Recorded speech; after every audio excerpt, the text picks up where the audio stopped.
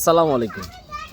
কিছুদিন আগে আমাদের খেজুরের গুড়ের যে রস, মানে রস যেটা হয়, আমার এক কাস্টমারের জন্য, মানে পরিচিত লোক, তার জন্য আমি এই রসটা রাতের বেলা, সে চেয়েছিল সন্ধ্যার রস, তো সন্ধ্যার রস আমি সেই ভোর অত রাতে শীত পড়ছিল, কনকনে শীতের মধ্যে আমাদের গাছে উঠায় সে রস নিয়ে যেয়ে তাকে দিয়েছি। দেওয়ার পরে সে বলছে যে রসে মিষ্টি নাই।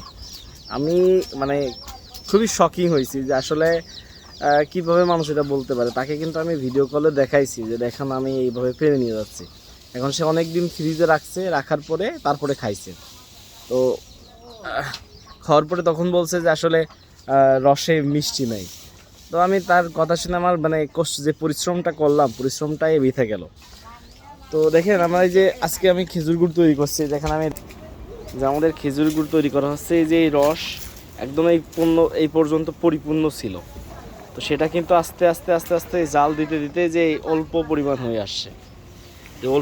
হয়ে আসছে, এখন এটা আরও জাল হবে, জাল হতে হতে তারপরে সামান্য একটু গুড় পাওয়া যাবে। তো এই এত রস কিন্তু আমরা সংগ্রহ করতে হয়েছে, সেই গাছ কেটেছে, গাছ ভোরবেলা সেটা সংগ্রহ করে এখন প্রসেসিং করে সেটা কিন্তু আমরা গুড় তৈরি করবো। তো এই গুড় তৈরি করার পরে এই গুড় খেয়েও যদি কেউ মনে করেন যে, মানে আমি যাদেরকে দেখাই দিচ্ছি, তারপরে যদি কেউ বলে যে আসলে এরকমটা এরকম না এরকম, তখন কিন্তু আসলে মানে পরিশ্রমটাই মনে হয় যে এত পরিশ্রম, তখন খুব কষ্ট লাগে যে আসলে লিটারেলি দাম ফ্যাক্ট হয় না অনেক সময়, যে কষ্ট করার পরে যদি সেটা কাস্টমার স্যাটিসফাই হয় সেটা আর কিছু মনে হয় না। কিন্তু কিছু মানুষ আছে যারা ভেজাল খেয়ে খেয়ে অভ্যস্ত, তারা আসলে খাওয়ার পরে মানে সঠিকটা খাওয়ার পরে তখন মনে হয় যে এরা অন্য কিছু খেয়েছে এমন ফিল করে।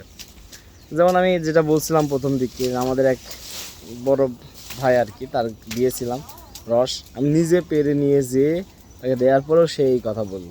তো এটা আসলে খুবই কষ্টকর লাগে যে এত পরিশ্রম করে আমি সচরাচর রসটা নিতে বিক্রি করি না, কারণ তার জন্য সেই দিন শুধু রস দিয়েছিলাম। তো এটা আসলে মানে খুবই শকিং একটা বিষয় এবং কষ্টকর। তো ব্যাপার না, এটা হতেই পারে, এটা কোন ব্যাপার না। তো যাই হোক,